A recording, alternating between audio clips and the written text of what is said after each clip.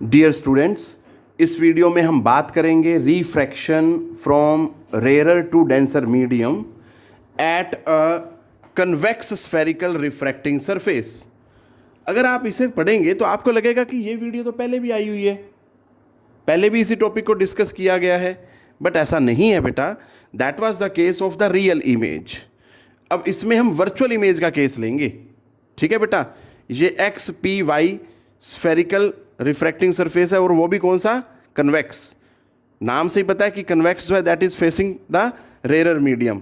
इधर rarer medium है, इधर क्या डेंसर मीडियम है। और हमें ये बात पता होनी चाहिए कि जब भी वर्चुअल इमेज का केस करेंगे ऑब्जेक्ट को पास रखेंगे to the refracting surface. Clear है बेटा। सी सेंटर ऑफ कर्वेचर है, P centre of the refracting surface है और ओ क्या है, ऑब्जेक्ट है। फर्स्ट रे स्ट्रेट वे गई बेटा विदाउट एनी डेविएशन। क्लियर है, क्योंकि हमें पता होता है कि अगर कोई रे अलोंग द नॉर्मल चले तो वो विदाउट डेविएशन स्ट्रेट वे जाती है। अब अलोंग द नॉर्मल कैसे हुआ, प्रिंसिपल एक्सिस नॉर्मल कैसे हुआ भैया, ये हमें पता होता है कि जो प्रिंसिपल एक्सिस होता है that is itself a normal to the point P. P point पे वो नॉर्मल है और नॉर्मल के अलोंग जा रही है, तो इट मीन्स यहाँ पे एंगल ऑफ इंसिडेंस ओ से पी तक जो है दैट इज जीरो। ठीक है बेटा, क्लियर है। तो हमें ये पता होना चाहिए पर्टिकुलरली रिफ्रैक्शन में जब कोई रे अलोंग द नॉर्मल आती है तो वहाँ पे रिफ्रैक्शन नहीं होती है, स्ट्रेट वे निकल जाती है।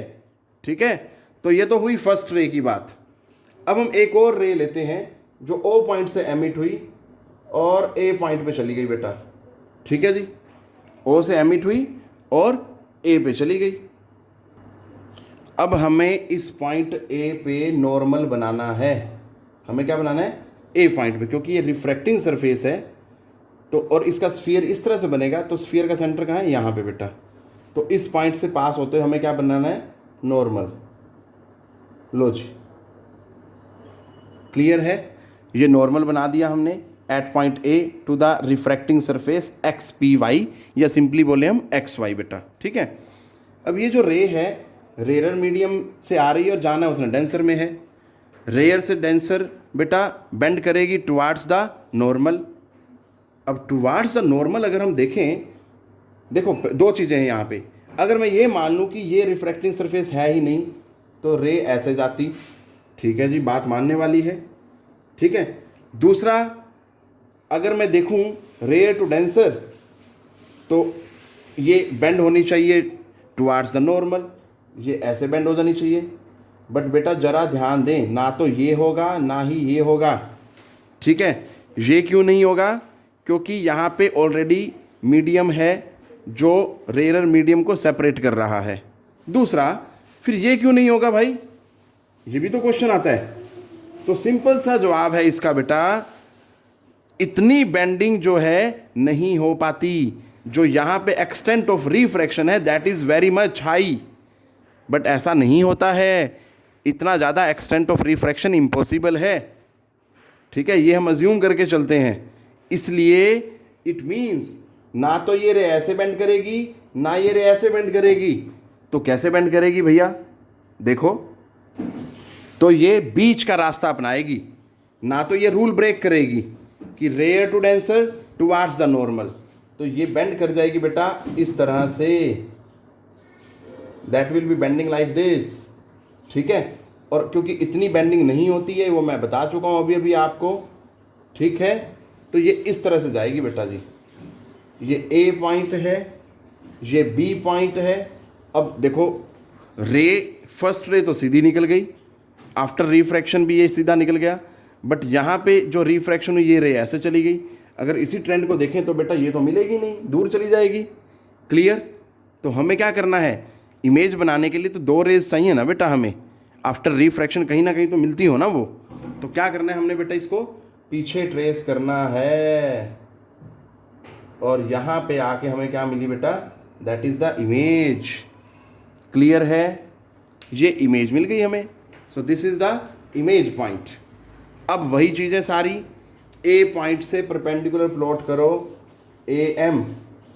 ठीक है, ऑन आई सी या ऑन आई ओ या ओ एम, जो मर्जी बोलना चाहें बोल सकते हैं आप। ठीक है बेटा, अब मैंने आपको ये बता रखा था कि ऑब्जेक्ट के लिए जो एंगल देखना है आपने अल्फ़ा मानना है, इमेज के लिए बीटा और सेंटर ऑफ कर्वेचर से बेटा गामा। क्लियर है? ये बातें आपने ध्यान देनी है। अब हमने बात करनी है एंगल ऑफ इंसिडेंस और एंगल ऑफ रिफ्रैक्शन की बेटा। तो ये रे इंसिडेंट है, ये नॉर्मल है, so this is complete angle of incidence. ये नॉर्मल है, ये रिफ्रैक्टेड रे है, तो this is angle of refraction बेटा। ठीक है, अब आपने वही प्रॉपर्टी लगानी है। कौन सी प्रॉपर्टी की बात कर रहा हूँ मैं? जो रियल इमेज वाले केस में डिस्कस की गई थी। क्या थी वो? In a triangle exterior angle is equal to sum of interior opposite angles. दोबारा रिपीट करता हूँ, in a triangle exterior angle is equal to sum of interior opposite angles. इस बात को ध्यान रखना है। और देखें जरा, ट्राइंगल ओ ए सी में क्या है? ट्राइंगल ओ ए सी, ठीक है बेटा, ओ ए सी, ओ ए सी। इस ट्राइंगल में देखें जरा, एक्सटीरियर एंगल क्या बनता है?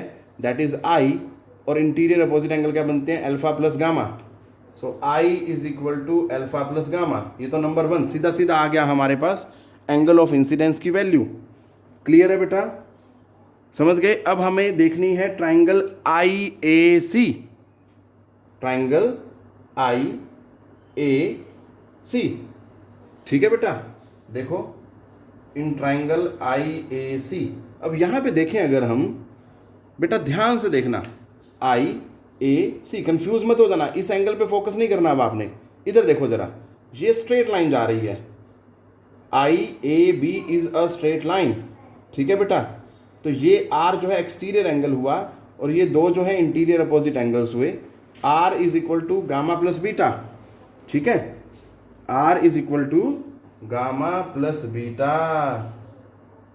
तो सीधा सीधा हमें एंगल ऑफ इंसिडेंस और एंगल ऑफ रिफ्रैक्शन की वैल्यूज मिल गई। अब हमें क्या करना है? ए पॉइंट पे स्नेल्स लॉ लगाना है। लगाएं Snell's law. Sine I by sine R is equal to, I ये रहा, इसके अपोजिट मीडियम ये रहा, इसका रिफ्रैक्टिव इंडेक्स μ2, आर ये रहा, इसके अपोजिट मीडियम ये, इसका रिफ्रैक्टिव इंडेक्स μ1। अब हमें पता है कि एंगल्स जो हैं स्मॉल हैं बेटा। अगर एंगल स्मॉल हैं तो बेटा जी ये I by R is equal to μ2 by μ1 हो जाएगा। क्रॉस मल्टीप्लाई करेंगे तो बेटा ये आ गया हमारे पास। इसको नंबर दे देते हैं हम 3। क्लियर है? अब 3 में 1 और 2 अगर यूज़ करें तो क्या आता है? देखो, μ1 आई की जगह हमने रखा अल्फा प्लस गामा, μ2 आर की जगह रखा हमने गामा प्लस बीटा, ये आ गया बेटा। अब हमें वैल्यूज़ डालनी हैं अल्फा की, बीटा की और गामा की। तो याद रखना है बेटा, ये ए एम परपेंडिकुलर इसीलिए लिया गया था। तो अगर मुझे अल्फा की वैल्यू चाहिए तो अल्फा मतलब मैं टेंजेंट अल्फा लूँगा, परपेंडिकुलर बाई बेस, ठीक है बेटा। अगर मुझे बीटा लेना है तो बीटा के लिए मैं टेंजेंट बीटा की वैल्यू लूँगा, perpendicular by base. In the same way gamma के लिए परपेंडिकुलर बाई बेस। ये वैल्यू डालते हैं और देखते हैं क्या होता है बेटा। सो μ1 इंटू अल्फा प्लस गामा था बेटा, ठीक है।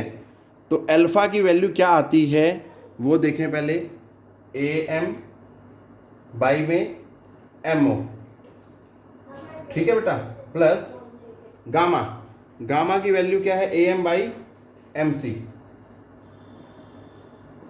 लो जी, इज इक्वल टू μ2, फिर bracket gamma plus beta. Gamma क्या है बेटा? A M by M C plus beta, beta क्या है बेटा? ए एम बाई एम आई।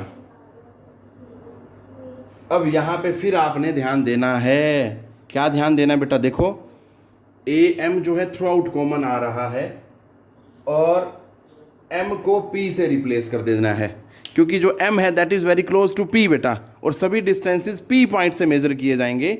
ये बात आपने ध्यान देनी है। तो मैं क्या बोल रहा हूँ, एक तो am को कॉमन लेके कैंसिल कर देना है और दूसरा m को आपने रिप्लेस कर देना है p से, ठीक है बेटा, ये चीज़ ध्यान देनी है। तो क्या होता है देखो, μ1 1 by P O plus 1 by P C is equal to mu two 1/PC plus 1/PI। अब यहाँ पे मल्टीप्लाई करते हैं और फिर देख रहे हैं हम PC और PC 2 बार आ रहा है बेटा। PC को एक साइड में ले जाएंगे और फिर उसको फर्दर सोल्व करेंगे। क्या आता है, mu 1/PO plus mu 1/PC is equal to mu 2/PC plus mu 2/PI। ठीक है बेटा, ये भी PC है, इसको उठा के उधर ले जाओ, इसको इधर ले आओ। So mu 1/PO minus mu 2/PI is equal to mu 2 minus mu 1/PC। ठीक है बेटा, अब हमने वैल्यूज डालनी हैं किसकी किसकी, PO की, PI की और PC की। तो देखो बेटा, PO, P से O ऑब्जेक्ट है, तो ऑब्जेक्ट का डिस्टेंस जो है लेफ्ट साइड में है, तो ये क्या लिया जाएगा, माइनस म्यू 1/U, फिर ये minus as it is mu 2। अब PI, अगर हम PI को देखें तो बेटा P से इमेज, I क्या है, इमेज है, तो इसका जो डिस्टेंस होगा वो V होगा, बट क्योंकि ये लेफ्ट साइड में है तो it will be taken as -V is equal to mu 2 minus mu 1/PC। P से C का जो डिस्टेंस है वो राइट साइड में बेटा ये रेडियस ऑफ कर्वेचर होती है, that is capital R। Clear. अब यहाँ पे अगर हम देखें तो ये माइनस माइनस क्या हो गया बेटा, प्लस हो गया। तो क्या आ जाएगा result, minus mu 1/U plus mu 2/V is equal to mu 2 minus mu 1/R। ध्यान से बेटा, गलती ना हो, ये चीज आपने ध्यान देनी है। So this is the relation whenever we study refraction from rarer to denser medium at a convex spherical refracting surface, और वो भी कौन सा, वर्चुअल इमेज वाला केस। अब अगर आप दोनों वीडियोस को कंपेयर करें, दोनों वीडियोस के फाइनल रिजल्ट को कंपेयर करें, तो क्या देखेंगे, you will be finding the final result is same, चाहे रियल इमेज हो चाहे वर्चुअल इमेज हो। अगर रिफ्रैक्शन रेयर से डेंसर मीडियम में है, ठीक है, और कन्वेक्स स्फेरिकल रिफ्रैक्टिंग सरफेस पे पढ़ रहे हैं हम, तो दोनों में रिजल्ट क्या मिलेगा आपको, सेम मिलेगा, minus mu 1/U plus mu 2/V is equal to mu 2 minus mu 1/R। So बेटा यही चीज़ें थी which I wanted to discuss in this video. Take care बेटा, पढ़ते रहें ध्यान से, बहुत ईजी हैं, चीज़ों को समझ के करें तो। ठीक है बेटा, ये चीज़ें याद रखनी है। तो इसमें एक चीज़ और थोड़ा सा मैं यहाँ पे जो मुझे दिखाई दे रहा है बेटा, ये म्यू 2/PC तो ठीक है, समझ आता है, ये म्यू 2/P है, ठीक है, कोई इशू नहीं है, सभी सही है। मुझे लगा कहीं गड़बड़ है शायद, बट ऐसा नहीं है, क्लियर है। चलो बेटा टेक केयर, पढ़ते रहें,